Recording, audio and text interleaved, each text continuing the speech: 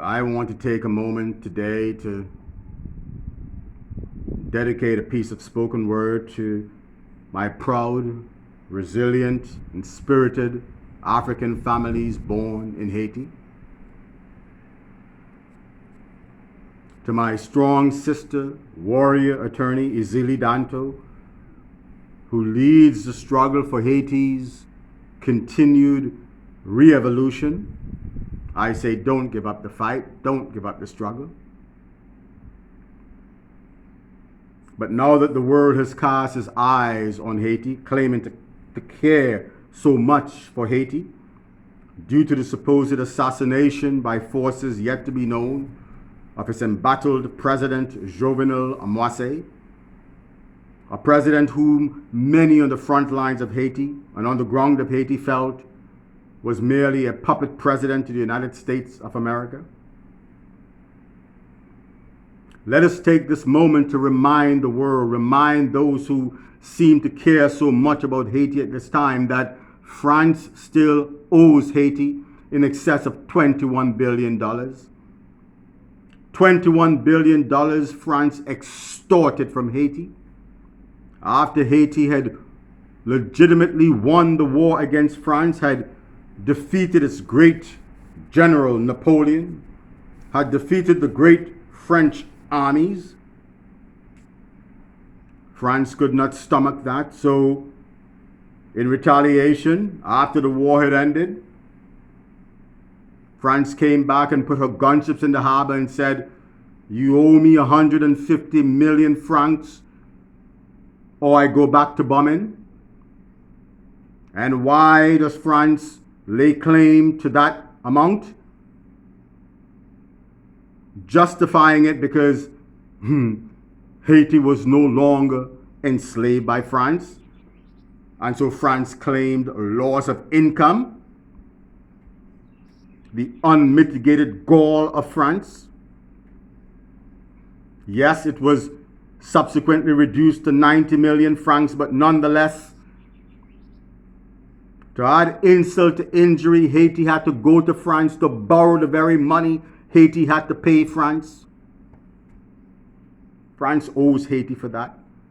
And the rest of the Western world, President Biden, who at this time claims to care so much for Haiti, knows that.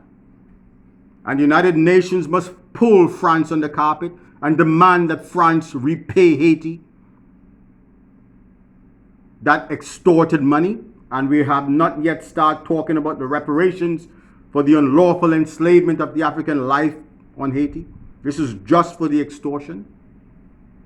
Let us remind the world of that today. Let us remind the Caribbean nations and Africans around the diaspora that with very little in its pocket, Haiti spent whatever it had to free many Africans on board slave ships going by her shores, as she bargained with those captains for the freedom of Africans. Let us remind Caribbean nations, let us remind CARICOM of that. So that the fact that Haiti finds itself having to go to the very Western nations who conspire to keep her in chains, who conspire to keep her on her knees, who conspire to keep her impoverished for relief, when the Africa from whom she sprang, the Caribbean nations to whom she belongs, lifts very little fingers to help her out, to relieve her. Let us remind ourselves of that. Let us lift up Haiti today as this piece goes out to the spirit of Haiti. For we be spirit people. Long before the Haitians fought back, the ancients taught that heroes were not made, spirit can never be slave, that the African would rise again and bring the end of days to end the ways of the beast amongst us, disarm those who harm the very least amongst us, for as much as they do unto the least of us, they do also unto the Most High in us. They trigger quakes where most that die is us.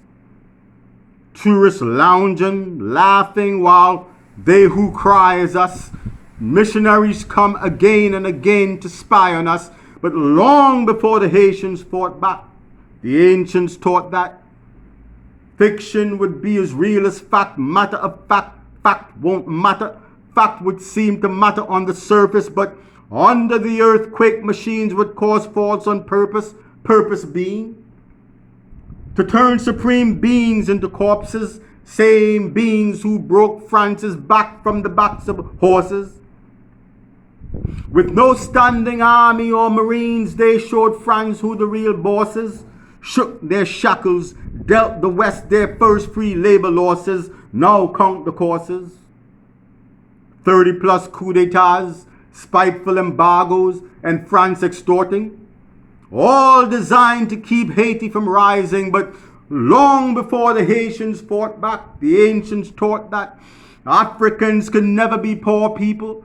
They be my people, they be your people, never those people, always close people, for we people will always be free people, no matter where we be people.